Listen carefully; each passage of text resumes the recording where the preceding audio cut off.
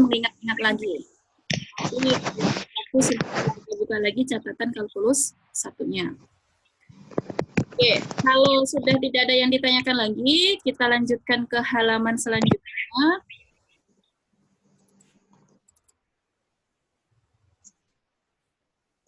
Halaman selanjutnya kita akan membahas luas area permukaan dari kurva parametrik yang diputar. Nah, sekarang kita memutar kurva parametrik gitu. Seperti yang kemarin kita ketahui, kalau kurva parametrik itu didefinisikan, X-nya itu adalah fungsi ft, Y-nya adalah fungsi gt. T-nya berada pada interval tutup A sampai B.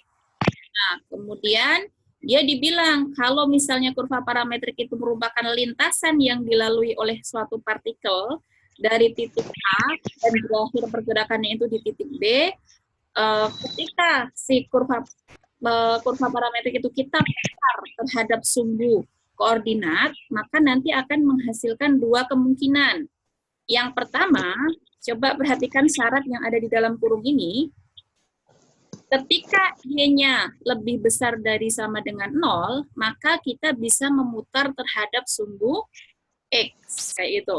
Syaratnya Y-nya harus lebih besar sama dengan 0.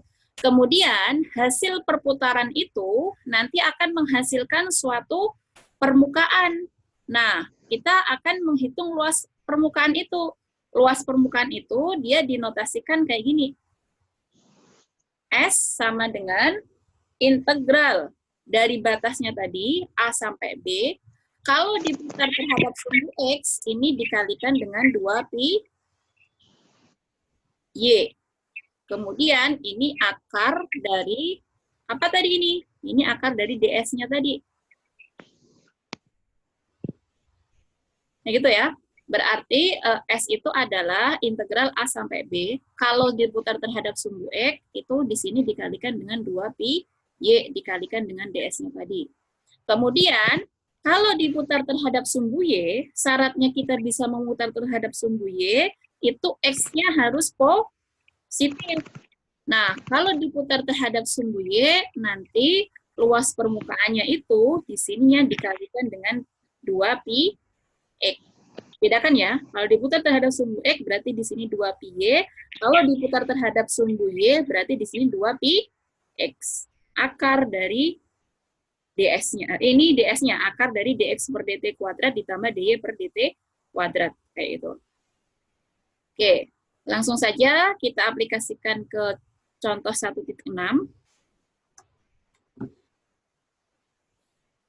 Coba perhatikan di sini. Kita punya kurva parametrik. X sama dengan cos T, Y sama dengan 1 plus sin T. T-nya berada di antara 0 sampai 2 pi. Ini kira-kira gimana kurvanya? Ini apa barangnya si kurva ini? X-nya kan apa itu?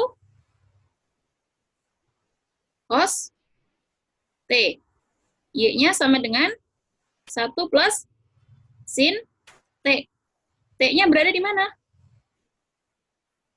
0 sampai 2 pi. Kemudian kita disuruh menghitung luas permukaan dari kurva tersebut ketika dia diputar terhadap sumbu X. Kita kalau ketemu soal seperti ini harus jeli. Kalau diputar, bener nggak ya ini bisa diputar terhadap sumbu X? Kalau diputar terhadap sumbu X tadi syaratnya apa? Syaratnya apa? Diputar terhadap sumbu X. Dia lebih besar dari sama dengan Dia lebih besar sama dengan 0. Coba sekarang perhatikan Y-nya. Y-nya sama dengan 1 plus sin T. T-nya berada di antara 0 sampai 2 pi. Ini mungkin negatif nggak? Y-nya? Enggak. Kenapa? Sin T paling tinggi berapa nilainya? 1. Paling rendah? 0. Hei. Sin T paling rendah, T-nya berada di antara 0 sampai 2 pi.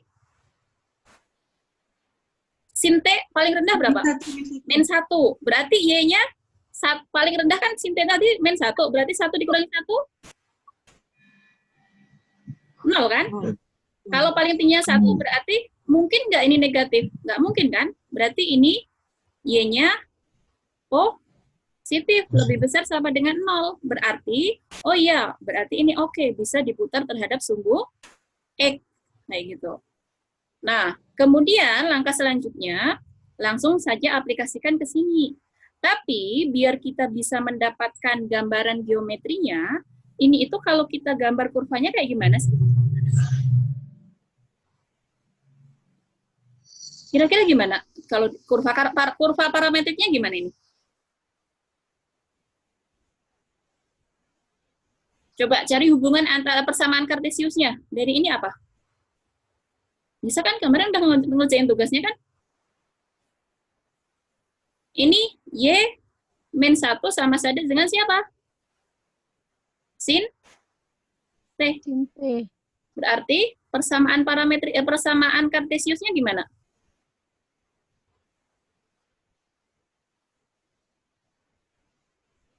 X min 0, Y min 1. Coba perhatikan.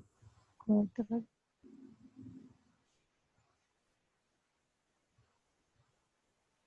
Sorry.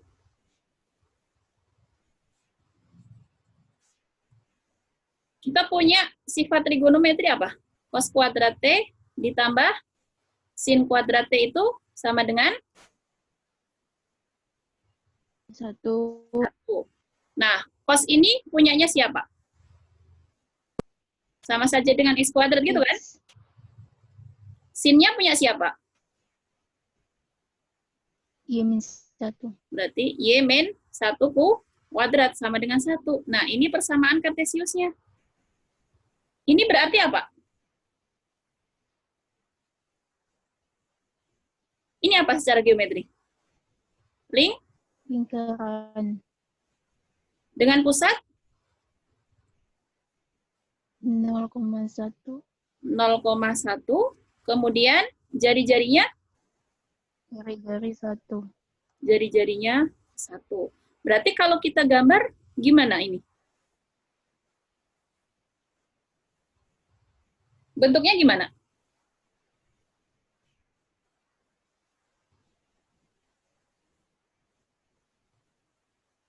Ini sumbu X, ke sana sumbu Y. Berarti kita punya lingkaran dengan pusat 0,1. 0,1 kira-kira di sini. Kemudian jari-jarinya berapa? 1. Oh, berarti nanti lingkarannya itu ya bentuknya kurang lebih kayak gini kan? Kayak gini. Kemudian lingkaran ini diputar terhadap sumbu X. Nah, kalau diputar terhadap sumbu X, berarti nanti bentuknya akan kayak gimana? Ini diputar gitu kan? Berarti seakan-akan kita punya koin kan? Tapi lubang di tengahnya. Berarti ini kan diputar. Diputar lagi kayak gitu, berarti nanti bentuknya kayak gini. Kemudian nanti diputar lagi akan ketemu seperti ini gitu. Ini diputar lagi kayak gitu. Berarti seakan-akan nanti kita punya suatu benda bentuknya itu kayak donat tapi lubangnya nggak terlalu lebar. Kebayang nggak? Nah, berarti dari situ nanti kita ini kan putar terus gitu ya. Si ungu ini akan diputar terus terhadap sumbu X sehingga nanti kita akan punya suatu permukaan. Nah, permukaan itulah yang akan kita hitung luasnya. Luasnya menggunakan apa? Luasnya menggunakan si ini tadi rumusannya. Rumusannya apa di situ? Luas permukaan hasil perputaran tadi, S itu sama dengan integral A sampai I dikalikan 2 pi Y akar dari siapa? Dx per dt dikuadratkan ditambah dy per dt dikuadratkan di sini dikalikan dengan dt. Nah, sekarang hati-hati di sini. Kita punya 2 pi y. Ini kita harus ganti dengan ini. Berarti integral A sampai B, A sampai B-nya itu adalah batasnya. Batas bawahnya berapa di situ? A-nya berarti berapa? Batas bawahnya berapa? 0. Batas atasnya? 2 pi. Kemudian 2 pi. Y-nya berapa dari rumusan ini? Y-nya apa ini? T. 1 plus sin T. Ini kan? Ya enggak? Yuk. Iya, Bu. Nah, sekarang kita butuh dx per dt kuadrat ditambah dy per dt kuadrat, kemudian kita ambil akarnya. Berarti kita butuh menghitung, tadi x-nya kita punya cos t. X-nya sama dengan cos t, berarti dx per dt-nya apa? Turunan cos apa? Sin. Min sin. Kemudian kita butuhnya dikuadratkan, berarti dx per dt dikuadratkan. Jadi apa? Sin kuadrat. Min Sin. kuadrat t. Ini kan? Kemudian kita punya y. Y-nya siapa? 1 plus sin t. Berarti dy per dt-nya berapa? Turunan 1? 0. Turunan sin? Cos T. Cos t. Cos T. Berarti dy per dt dikuadratkan jadi apa? Cos kuadrat T. Cos kuadrat t. Nah, ini kita masukkan ke dalam sini. Dx per dt kuadrat tadi siapa? Sin kuadrat T. Kemudian dy per dt kuadrat? Cos kuadrat T. Cos kuadrat t dt. Nah, berarti kita punya integral 0 sampai 2 pi 1 plus sin t. Ini akar sin kuadrat t plus cos kuadrat t sama saja akar berapa? Sah? 1, Bu. Ya. Berarti ini jadi berapa ini?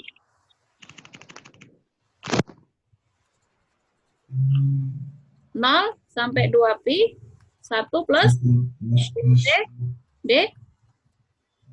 Seperti itu? Iya, Bu. Ya. Ini berapa integralnya?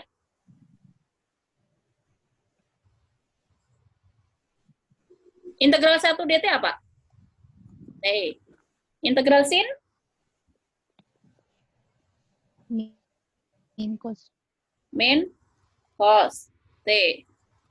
Batasnya dari 0 sampai 2 pi. 0 sampai 2 pi. Nah, kemudian masukkan batasnya, nanti kita akan punya 2 pi. pi.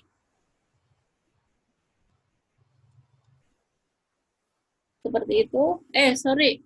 Ini kita 2 pi dari sininya ketinggalan ya. 6. Ya, Bu.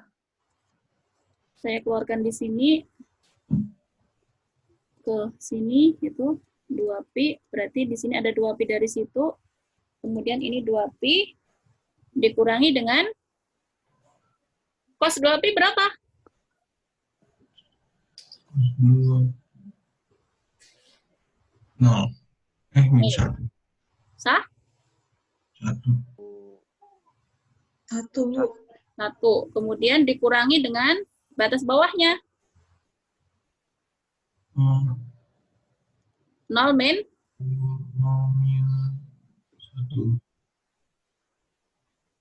1 ini ya.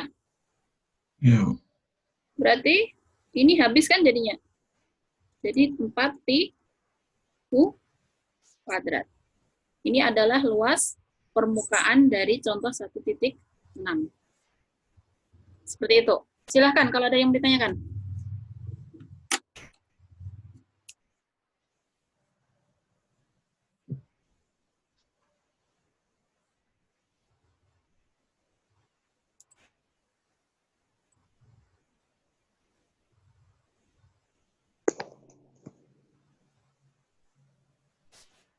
Ada yang mau ditanyakan? Cukup jelas ya, kata kuncinya ketika kita disuruh mencari luas area permukaan kurva parametrik yang diputar, itu adalah, perhatikan, kalau diputar terhadap sumbu X, syaratnya apa? Y-nya harus positif. Kalau diputar terhadap sumbu Y, X-nya harus positif. Nah, kemudian kalau diputar terhadap sumbu X, di sini harus dikalikan dengan 2 pi Y dikalikan dengan ds-nya. Kemudian kalau diputar terhadap sumbu Y, X-nya harus positif. Kayak gitu. Oke. Ada yang mau ditanyakan sampai sini?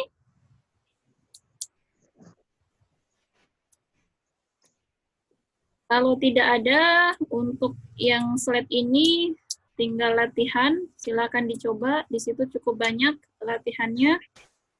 Silakan dikerjakan semuanya itu ya, biar kalian lebih paham dengan materinya. Gitu. Ada yang mau ditanyakan dari materi ini? Kalau tidak ada, kita lanjutkan ke materi selanjutnya.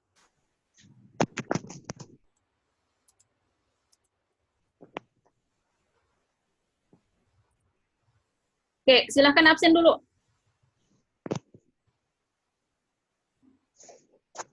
Sambil ini ya. Absen di chat ya. Silakan.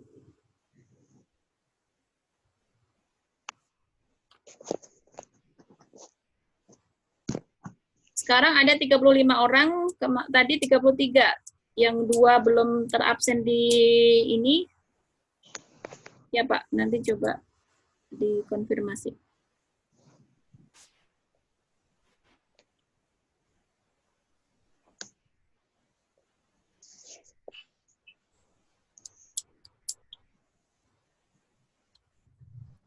Oke, sambil kalian ngechat absen, kita lanjutkan materinya, yaitu tentang fungsi bernilai vektor. Apalagi nih fungsi bernilai vektor.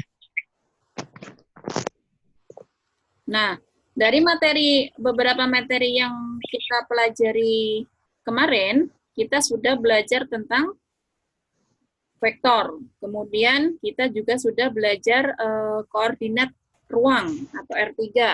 Kemudian kita juga sudah belajar mengenai kurva parametrik. Nah, itu akan kita kompilasi ke sini, akan kita gunakan ilmu yang sudah kita dapat untuk mempelajari mengenai fungsi bernilai vektor, gitu ya.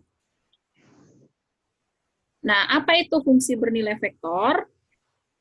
Nah, di situ dibilang, kalau saya punya kurva di ruang berarti di R3, kemudian dia memiliki, nanti yang akan kita pelajari itu adalah kurva di ruang itu, turunannya seperti apa, gitu.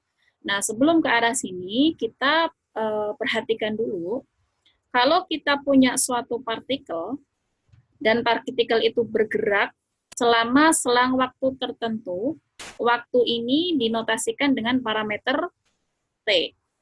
Kemudian, selama selang waktu tertentu, pada interval I, interval ini di mana T-nya berada, gitu ya, didefinisikan oleh ini, persamaan parametrik ini, yaitu apa? X sama dengan Ft, kemudian Y sama dengan Gt, dan Z sama dengan HT, di mana T ini adalah suatu parameter. Kalau di kasus ini dia parameter waktu. Gitu. Nah, kemudian kalau kita punya persamaan parameter seperti ini, maka nanti kita akan punya himpunan titik dari X, Y, Z. Karena X, Y, Z itu didefinisikan seperti ini, maka nanti X, Y, Z itu sama saja dengan Ft, Gt, HT. Nah, kemudian himpunan ini nanti akan membentuk kurva. Karena komponennya ada 3, ada X, Y, Z, maka dia disebut sebagai kurva yang ada di ruang. Dan selanjutnya nanti disebut sebagai pet. Atau pet itu apa ya? Lintasan, seperti itu. Lintasan dari suatu partikel itu. Nah, secara ilustrasi geometrinya, kita punya R3, gitu ya, koordinat ruang. Ini sumbu X, ke sana sumbu Y, kemudian ada sumbu Z, kayak gitu.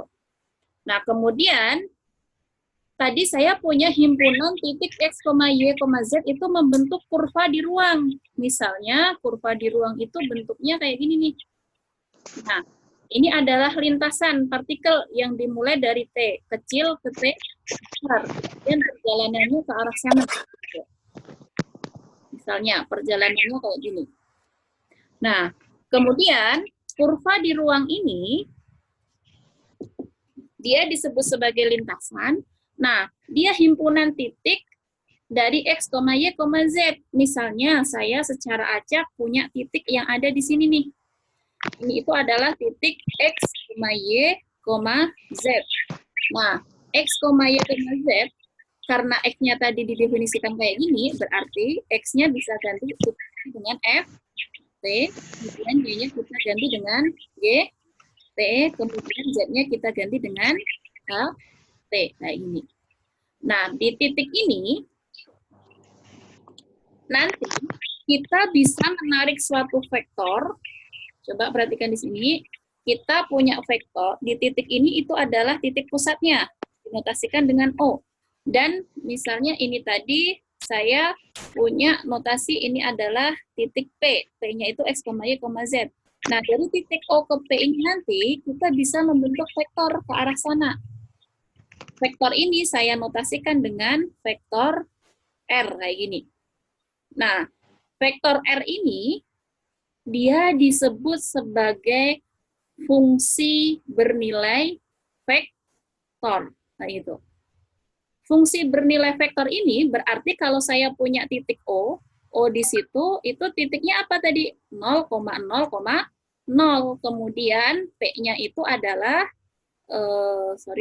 di sini saya punya titik O-nya ini 0,0,0. Kemudian P-nya itu adalah FT, GT, Z, H, T, kayak gini. Berarti kalau R itu sama saja dengan vektor yang dibentuk ada antara O sama P, berarti OP kayak gini. Berarti vektor ini sama saja dengan apa? Ingat nggak cara membentuk vektor? Dia dimulai dari titik mana vektor ini? Kalau kayak gini notasinya, vektor ini dimulai dari titik mana? 0,0,0 kan? P-nya dari FT, GT, HT. Berarti vektor ini komponennya apa isinya? Ada yang ingat nggak cara membentuk komponen vektor kalau melalui dua titik vektor itu? Halo? 0 kurang FT. Titik akhirnya mana? Siapa? FT kurang Titik 0. awalnya? FT kurang FT kurang 0. Oh, berarti jadi apa? FT kurang 0. Oke, kemudian GT kurang 0. Oke, selanjutnya HT kurang 0. Oke. Nah, ini penulisan bentuk komponennya. Penulisan bentuk lain itu bisa kita tuliskan FT I, ini kan, ditambah GTC. Oke. Selanjutnya HTK. HTK. Nah, ini. Nah, inilah yang disebut sebagai fungsi bernilai vektor. Jadi, sebenarnya fungsi bernilai vektor itu adalah vektor itu sendiri, tapi komponen-komponennya di sini itu merupakan fungsi. Tuh. Yaitu ini. Gitu ya. Jelas? Oke, ini yang disebut sebagai fungsi bernilai vektor. Apa tadi fungsi bernilai vektor?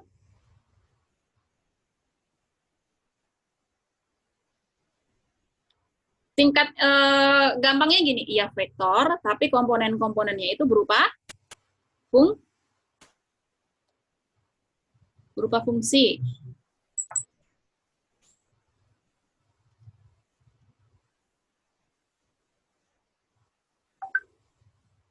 Oke. Sekarang ini. Contoh 1.1. Kita punya fungsi bernilai vektor bentuknya kayak gini nih. RT sama dengan cos TI ditambah sin TJ plus TK. Kemudian kita disuruh menggambar fungsinya kayak gimana. Kira-kira gimana itu?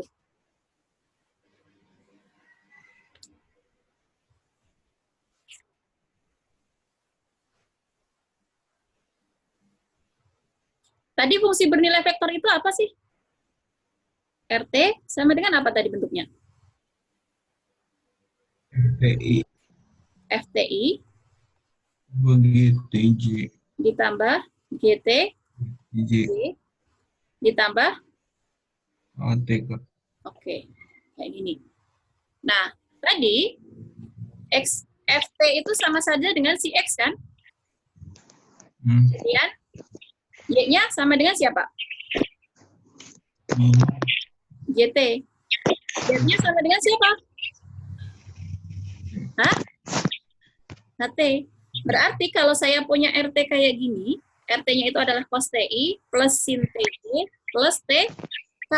Berarti saya punya X-nya itu siapa? X-nya cos T. Iya, yang melekat pada komponen I kan? Pada vektor I kan? Cos T. Kemudian Y-nya siapa? Sin T. Sin T. Z-nya? T. T. Nah, kemudian ini fungsi bernilai vektor, dia di ada X, Y, Z, berarti dia nanti di ruang kan? Kita punya sumbu X ke arah sana, dan Y-nya ke arah sana, Y-nya ke arah sana. Nah, saya punya X sama dengan cos T, Y sama dengan sin T, dan Z-nya sama dengan T. Sedangkan T-nya di sini berada di antara 0 sampai 2 Pi. Berarti, gimana cara menggambarnya?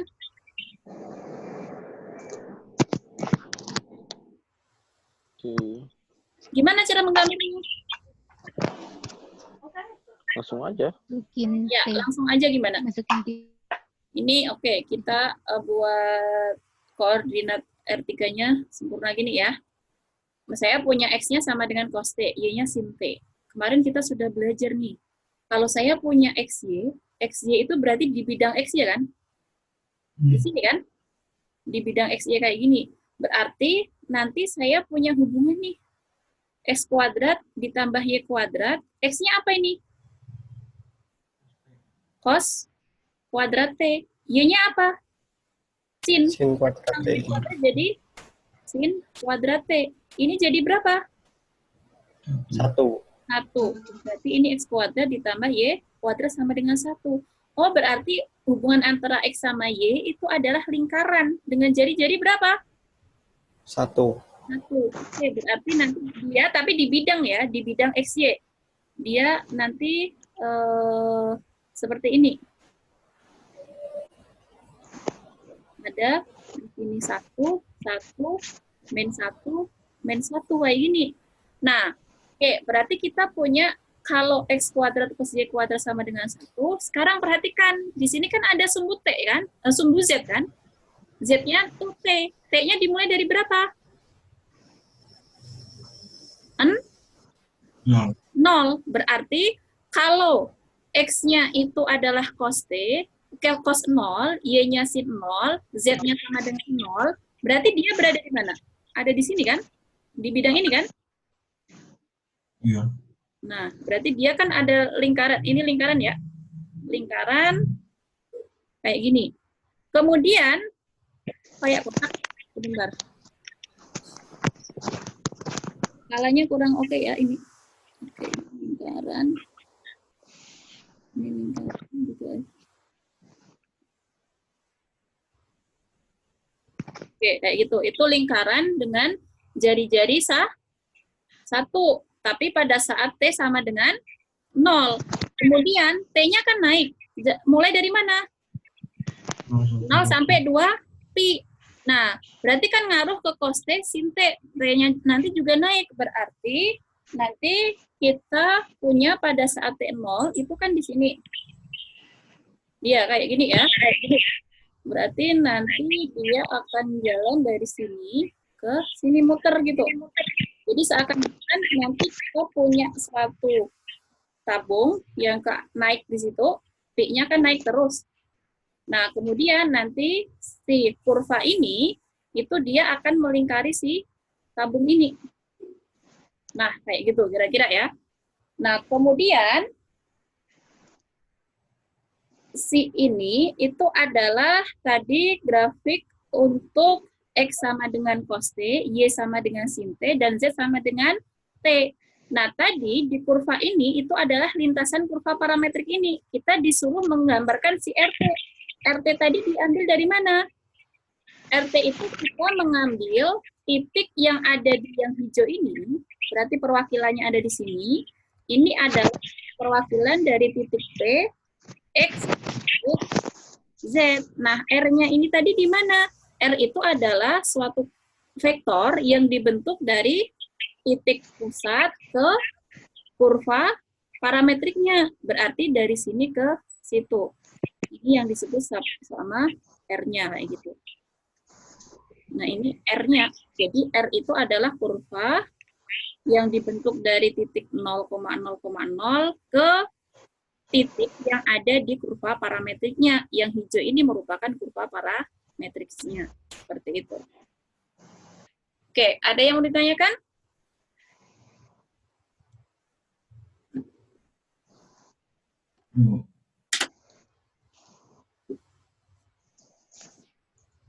Gimana materinya? Semakin mudah?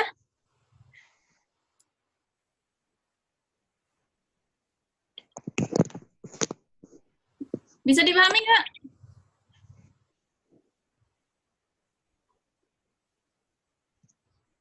Halo? Ibu, Ya, silakan.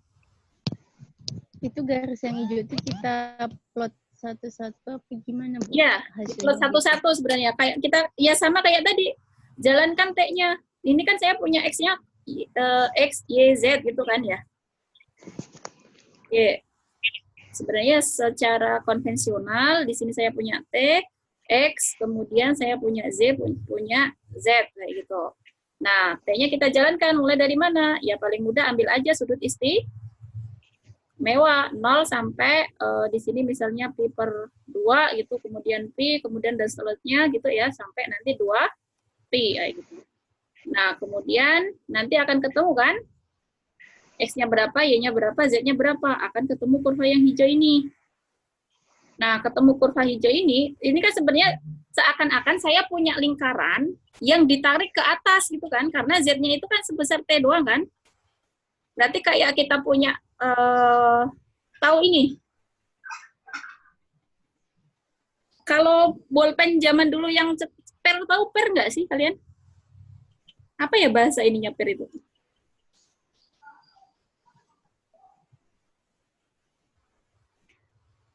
Punya, iya pegas, kayak itu, kayak kurva dasarnya itu kayak lingkaran kayak gini. Saya punya lingkaran. Kemudian T-nya kan naik dari berapa? 0 sampai 2 pi. Berarti nanti seakan-akan kita punya suatu kayak gini nih. Kayak gitu. Nah, sampai berapa? Sampai 2 pi. Ya berarti seakan-akan kalau kita gambar yang kurva hijau ini, seakan punya pegas itu. Kayak gitu. Terima kasih, Bu. Kenapa? Gimana, Aprika? Iya, Bu. Makasih, Bu. Ya, sama-sama. Oke, kayak gitu ya. Nah, selanjutnya, selalu ketika kita bicara fungsi, di situ akan muncul kalkulusnya. Kalkulusnya itu apa? Ya, macam-macam ya. Turunan, kemudian limitnya, kemudian kekontinuannya, kemudian nanti integralnya seperti apa gitu. Nah, kali ini kita akan belajar dulu tentang limitnya. Limit dari suatu fungsi bernilai vektor. Definisinya itu ada di 1.2. Sini kita punya fungsi bernilai vektornya, RT-nya seperti ini bentuknya secara umum. RT sama dengan FTI ditambah GTJ ditambah HTK. Kemudian ya dia punya domain D. Kemudian L itu vektor juga. Kemudian fungsi bernilai vektor ini memiliki limit L pada saat T mendekati T0 didefinisikan kayak gini nih. Limit T mendekati T0, RT itu sama dengan L. Kayak gitu. Nah, maksudnya apa? fungsi bernilai vektor, itu tadi kan sebenarnya vektor, tapi komponennya fungsi. Berarti kalau dicari nilai limitnya, ini akan menghasilkan L vektor. L ini vektor, bukan konstanta biasa ya. L ini adalah suatu vektor. Contohnya, langsung saja. Di sini saya punya fungsi bernilai vektor yang tadi, yang kita gambarkan di atas ini, yaitu RT itu sama dengan cos TI ditambah sin TJ ditambah TK. Kita disuruh menghitung, ini ada tipe ya, ini harusnya pi per 2. Disuruh menghitung limit dari RT di saat T-nya menuju pi per 2. Gimana cara menghitungnya? Pak, perhatikan di sini.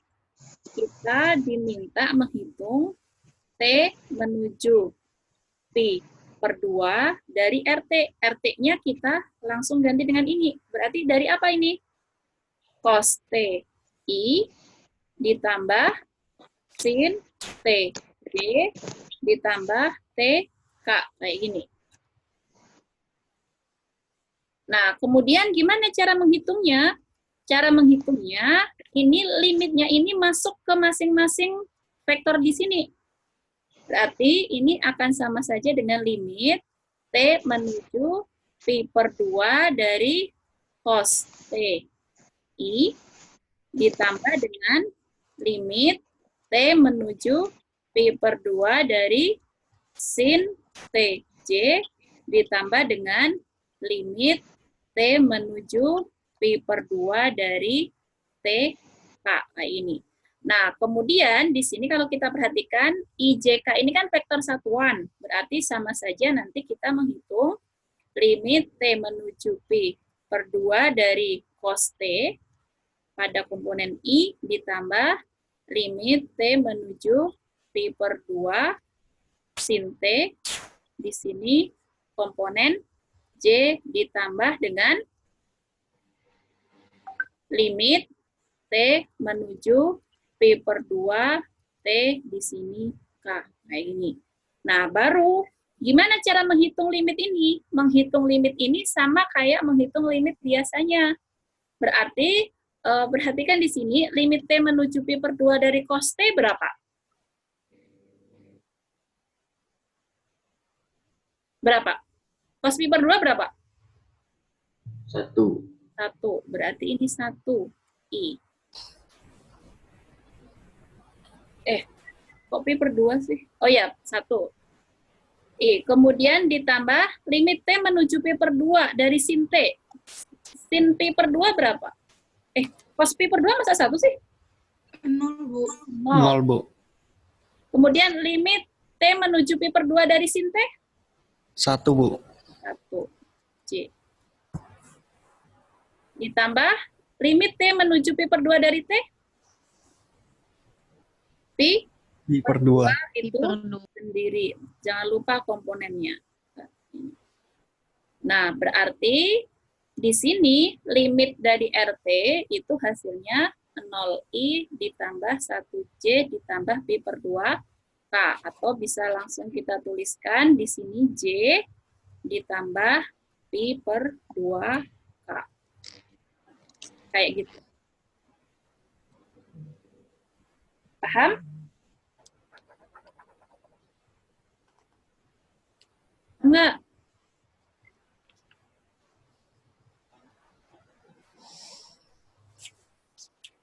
Berarti hasil dari limit fungsi bernilai vektor itu apa? Vektor atau skalar? Vektor. Vektor, Bu. Oke. Jelas ya ini?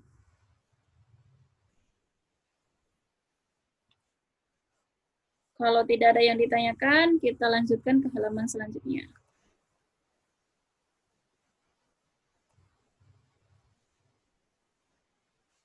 Nah, yang tadi itu kita bicara tentang limit dari fungsi bernilai vektor. Sekarang kekontinuannya gimana? Kekontinuannya dijelaskan di definisi 1.4. Jika ini limit T menuju T0 RT sama dengan RT0, maka fungsi yang seperti ini, RT ini disebut sebagai fungsi bernilai vektor yang kontinu pada T sama dengan T0. Nah, kemudian ketika dia kontinu di semua titik, maka dikatakan fungsi bernilai vektor RT ini merupakan vektor yang kontinu di semua domain, gitu ya. Kemudian turunannya gimana? Nah, tadi fungsi bernilai vektor itu secara umum bentuknya kayak gini nih.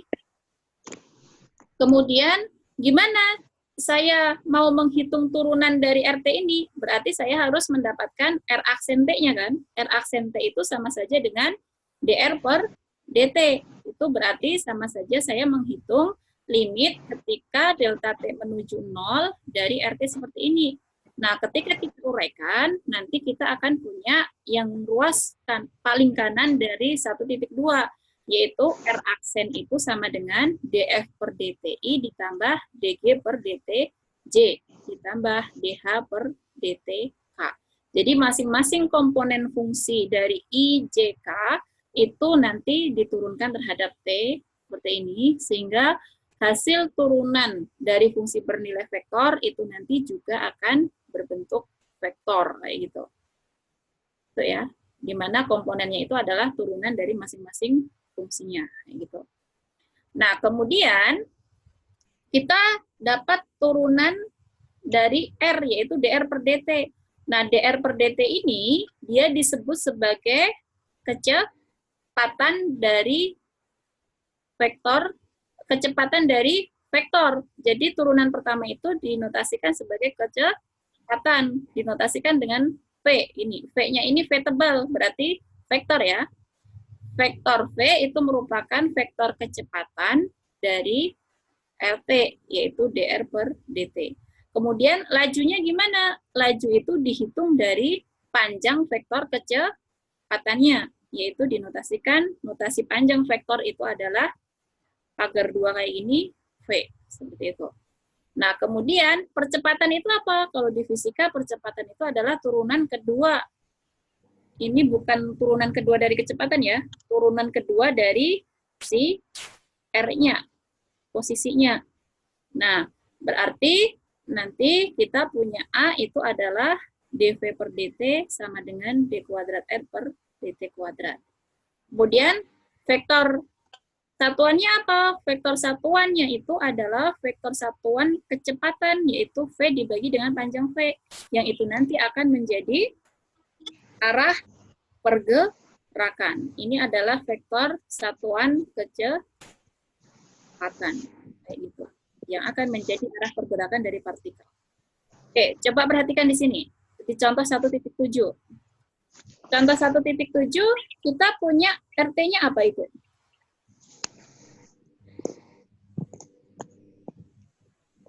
RT-nya apa? Sin T TI ditambah cos T J. Oke. Kemudian kita diminta apa? Menentukan vektor kecepatan, menentukan percepatan, kemudian disuruh men-sketsa kurvanya. Oke. Berarti kita punya vektor kecepatan, nanti harus mencari vektor kecepatannya. Oke, sekarang T-nya berapa di sini? Pi per 2 dan T Pi per 4, gitu ya. Oke, RT-nya seperti ini. Berarti X-nya berapa ini? X-nya berapa ini? Dari RT kayak gini. Coba identifikasi, X-nya berapa ini? X tadi yang melekat pada komponen, pada vektor apa? Sin T. I, Bu. I. Berarti X-nya apa? Sin T. Sin T. Y-nya? Cos T. Cos T. Oke. Saya punya sin T, cos T. Kira-kira kurvanya ini kurva apa sih?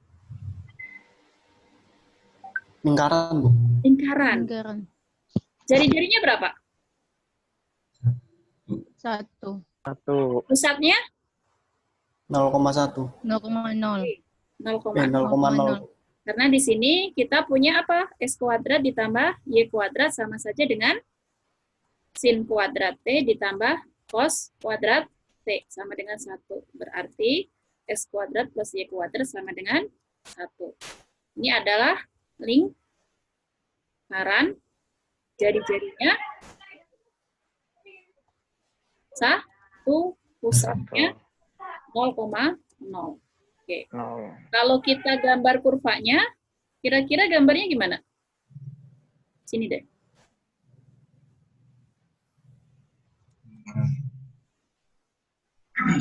Itu ya. Berarti nanti kita akan punya lingkaran dengan jari-jari 1.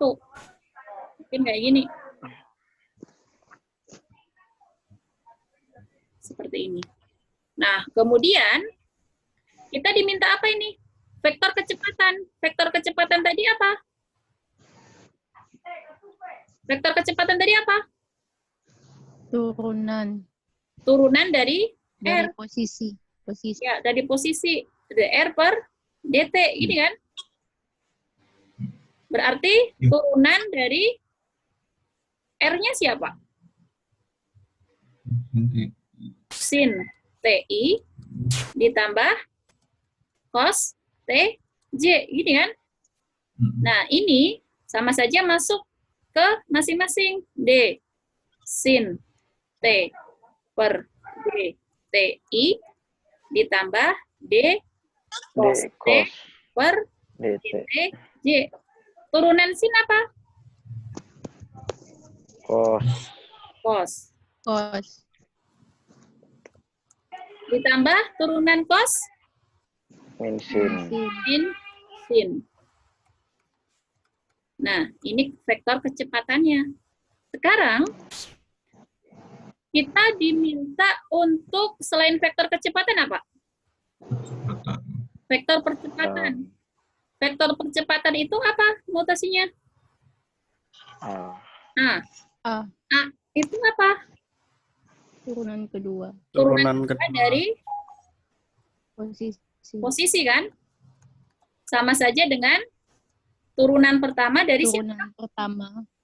Kecepatan. Kecepatan. kecepatan. Berarti hasilnya apa? Langsung saja ini turunkan. Turunan cos apa? Min sin. Min sin. Kemudian turunan sin, Cos. Min cos. ini yang disebut sebagai vektor percepatan. Nah, sekarang tadi diminta pada saat T-nya berapa? Pi per 2 dan Pi per 4. Pada saat T sama dengan Pi per 2, kita akan punya vektor kecepatannya pada saat T sama dengan Pi per 2, itu ya tinggal kita substitusikan ke sini.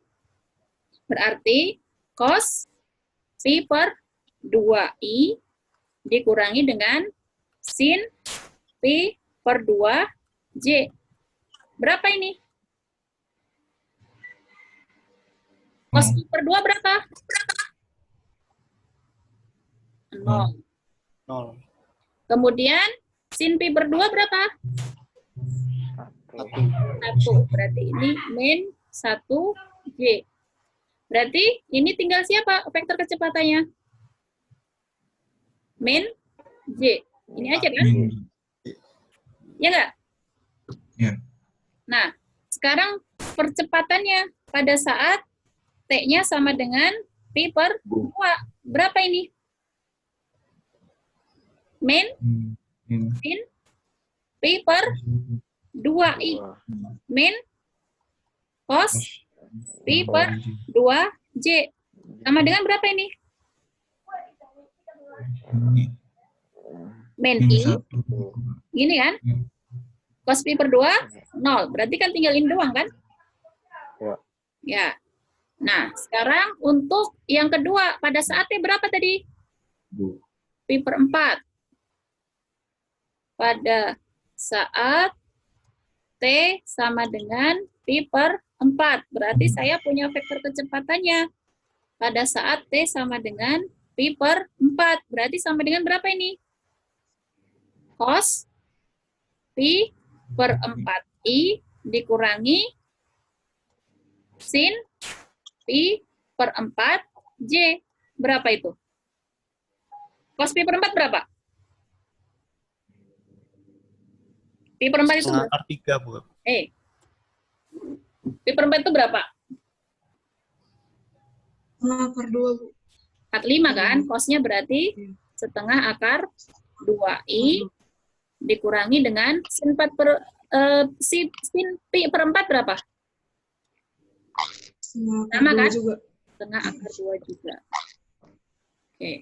Kemudian percepatannya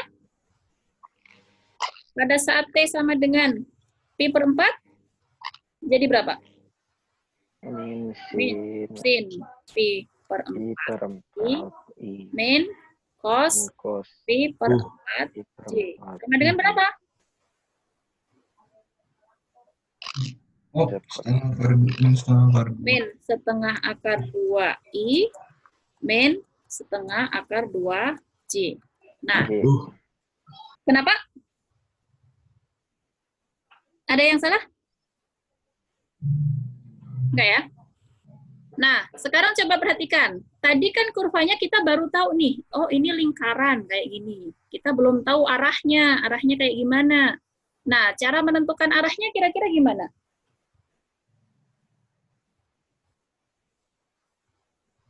Tadi kan kita punya vektor kecepatan. Vektor kecepatan ini akan menjadi apa tadi?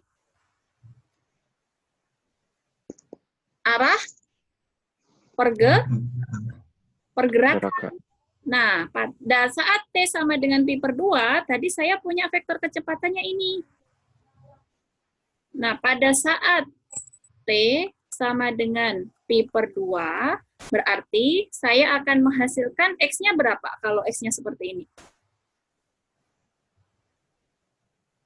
1. 1. Kemudian Y-nya?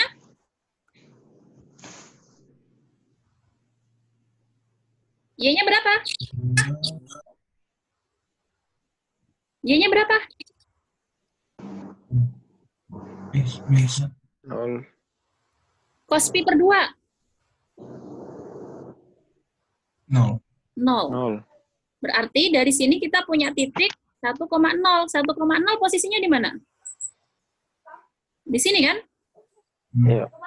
Nah, berarti di sini itu pada saat T sama dengan pi per 2. Kemudian perhatikan arahnya.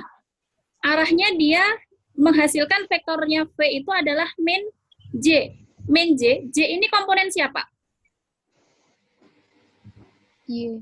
Y. Berarti kan ke arah min 1 kan? Ke arah sana kan? Iya nggak? Ya, ke bawah. Oke. Berarti kegambar nggak arahnya kemana ini? Ke bawah. Kira-kira nanti kemana? Ke sini bukan? Iya kan? Ya, Bu. Nah, kemudian pada saat yang kedua, pada saat T-nya pi per 4. Pada saat T-nya sama dengan pi per 4, T sama dengan pi per 4, menghasilkan X-nya berapa? Kalau X-nya ini. X-nya berapa? Setengah akar 2. Kemudian Y-nya?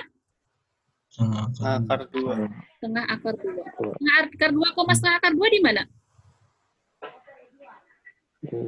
Kira-kira di sini ya. Di sini. Ini pada saat T sama dengan berapa? Pi per 4. Kemudian perhatikan vektor kecepatannya tadi. Dia setengah akar 2i, berarti kan sejauh X ke setengah akar 2 kan? Setengah akar 2 X-nya berarti positif atau negatif? Positif atau negatif? Positif. Positif. Berarti ke arah sana kan? Sejauh berapa? Setengah akar 2. Kemudian ke bawahnya sejauh berapa? Ini sumbu Y-nya. Y-nya kemana? Y-nya kan diidentifikasikan si J. Sejauh berapa? Min setengah akar 2. Min setengah akar 2 berarti ke bawah atau ke atas? Bawah, Bu. Oh, ke bawah, berarti nanti arah geraknya gini. Nah, berarti dari sini, untuk mengetahui arah pergerakan dari suatu kurva parametrik, selain menguji yang kemarin-kemarin kita bahas sebelumnya, bisa kita tentukan melalui vektor kecepatannya. Oh, ini kalau kita lihat pergerakannya ke arah sini, ini ke bawah, oh berarti dia nanti muter-muter kayak gini. Seperti itu. Oke, silahkan kalau ada yang mau ditanyakan.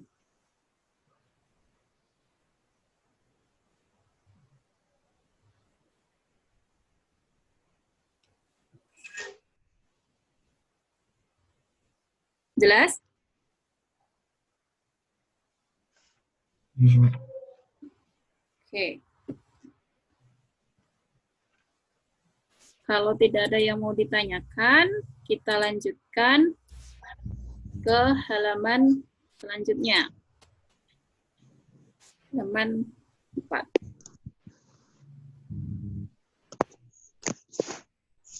Nah, halaman 4 ini hanya menjelaskan mengenai aturan turunan dari fungsi bernilai vektor. Nah, tadi apa fungsi bernilai vektor? Apa tadi fungsi bernilai vektor?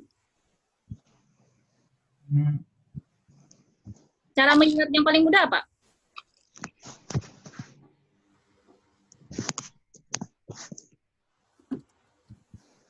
Gimana cara mengingat paling mudah apa itu fungsi bernilai vektor? Vektor yang komponen-komponennya itu berupa fungsi. Itu yang disebut sebagai fungsi bernilai vektor gitu ya. Nah, tadi kita sudah membahas limitnya, kemudian membahas turunannya. Sekarang kita akan membahas mengenai sifat-sifat turunannya. Yaitu ada sebanyak 7.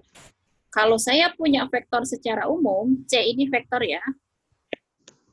C ini vektor konstan. Misalnya saya punya C1I ditambah C2J ditambah C3K.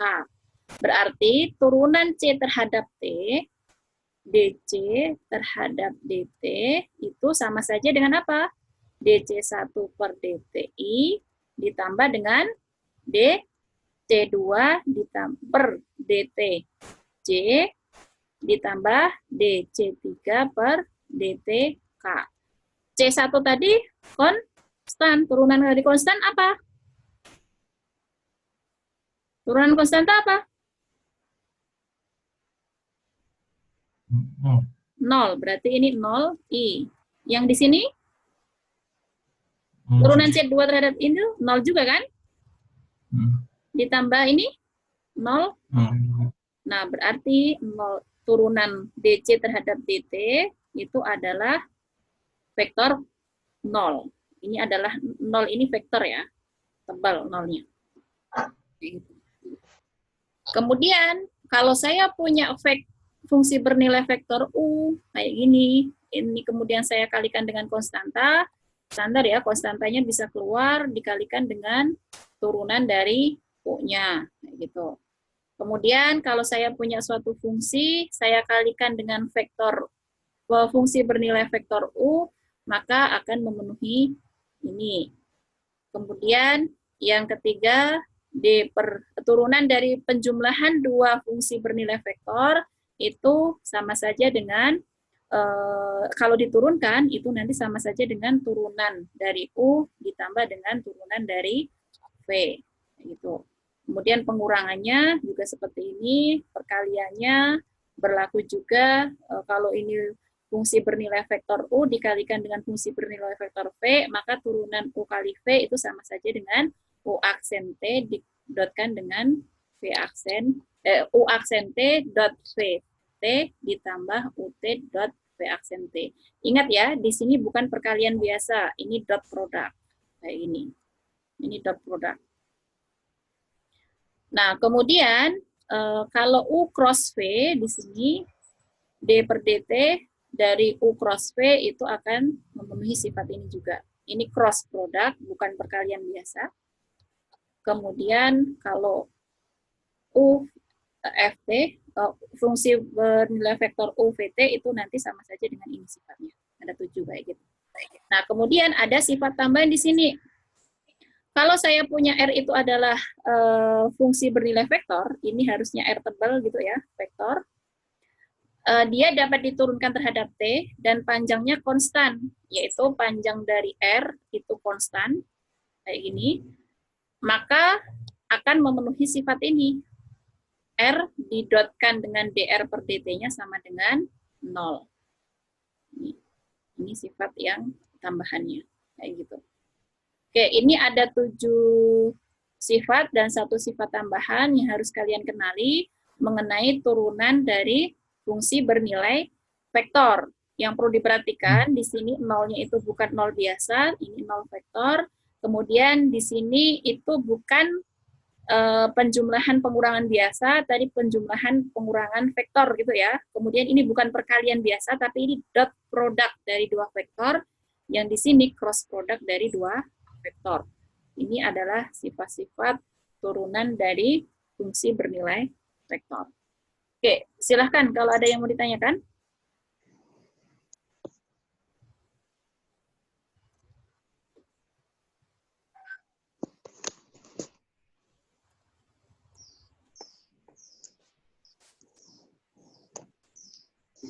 Ada yang mau ditanyakan? Apa sih ini, Raja?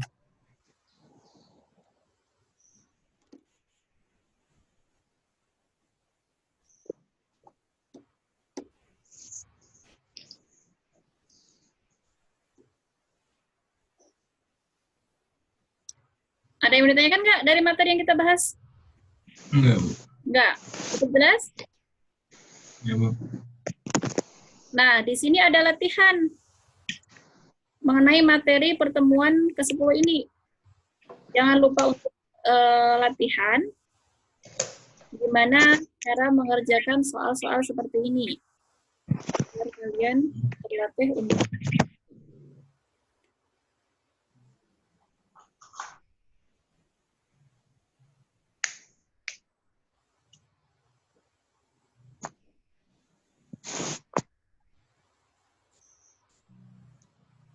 coba deh, saya mau ngasih soal di luar latihan ini ya.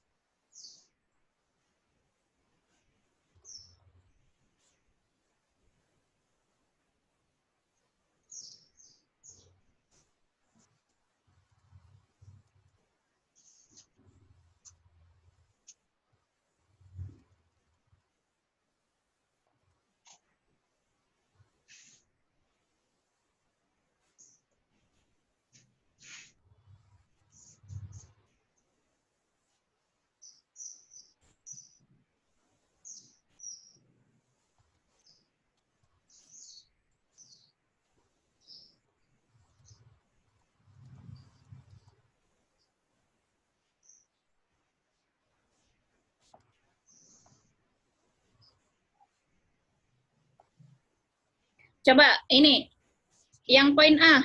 Yang poin A gimana? Diminta DR per DT dari poin A. Berarti DR per DT-nya gimana yang poin A?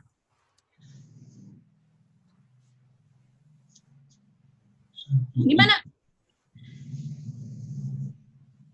TI Turunan. Turunan T plus 1I terhadap T. Berarti apa? 1I. Oke. Komponen J-nya? 2 TJ. Oke. Kemudian yang poin B. DR per DT-nya dulu. Apa? 2 sin T. Ini ada 2. Turunan kos apa? Min sin. Min. Sin. Min sin 2T. Di sini ada 2. Berarti ini harus dikalikan dengan berapa? 2. I. Kayak gini ya. Ditambah 3 sin 2T. Turunan sin apa? Kos. Kos. Kos. 2T. Ini ada 3. Kemudian di sini ada 2. Berarti ini berapa? 2. 2 kali 3 kan? Iya, 6. Nah, berarti ini ada keterangan T sama dengan 0. Berarti dr per dt pada saat T sama dengan 0 sama saja dengan apa? Min 2 2 kali 0 I ditambah dengan 6. 6 Kos. cos 2 kali 0. 0. Ini ada J-nya, lupa. Berarti ini jadi apa? Min 2 sin 0 I ditambah 6 cos 0 J. Sin 0 berapa? 0. 0. Berarti 0 I ditambah cos 0 1. 6 J. Berarti ini jadi apa? 6J. Paham ya? Hmm. Sekarang limit. Misalnya saya punya ini aja deh, yang A. Limit T menuju 5 misalnya. Dari RT. RT-nya yang A. Berarti jadi apa? 6I. Limit T menuju 5 dari T plus 1I. Langsung saja ditambah limit T menuju 5 dari T kuadrat min 1J. Ini ya. Berarti ini Ya. jadi apa? 6I. 6I Ya, 6. ditambah 12. 25 kurang 24. 24J. paham? Hmm. Paham, oke. Sekarang saya review lagi. Vektor kecepatan itu apa? Turunan dari RT. Ya, vektor kecepatan notasinya itu V kayak gini, dr per dt. DT. Oke. Kemudian percepatan apa? Turunan dari kecepatan. Turunan Dari vektor RT. atau DT. turunan kedua dari vektor posisi. Isi. Kemudian apalagi tadi kita belajar? Nah, Vektor kecepatan, vektor satuan dari kecepatan akan menjadi apa? Arah T. Arah. Pergerakan T. Akan menjadi arah. Artinya apa? Kalau kita punya kurva parametrik, nggak tahu kita tahu gambarnya, maka arahnya bisa diperoleh dari vektor Kecepatan. Vektor kecepatan. kecepatannya, kayak gitu. Oke, sederhana ya, bisa kan? Tahu. Ini. Oke, karena waktunya sudah habis, kalau tidak ada yang mau ditanyakan, absennya sudah semua? ya, Bu. Nah, silahkan siap-siap mulai belajar dari pertemuan ke-6 sampai pertemuan hari ini. Kita akan kuis hari Sabtu. Materinya dari pertemuan ke-6 sampai pertemuan ke-12, yaitu hari Jumat nanti. Kalian harus mulai nyicil ya. Iya, Bu. Dan minggu depan kemungkinan adalah UTS. Oh, Oke, nggak terasa ya? Udah tiba-tiba mau UTS saja. Oke, untuk yang tadi di awal belum saya absen, tadi ada 33 orang, sekarang 36. Siapa yang belum diabsen? saya Bu. Awal. Siapa namanya? Fernando, Bu. Fernando. Kemarin Fernando Iya, Bu. masuk ya? Enggak, Bu. Oke, dua lagi siapa? Saya, Bu. Siapa tuh? Prido. Rido, Nim Hirdis 34. loh. Iya.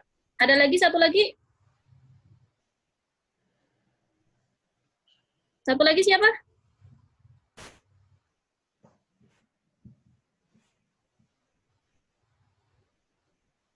Satu lagi yang belum kepanggil tadi siapa?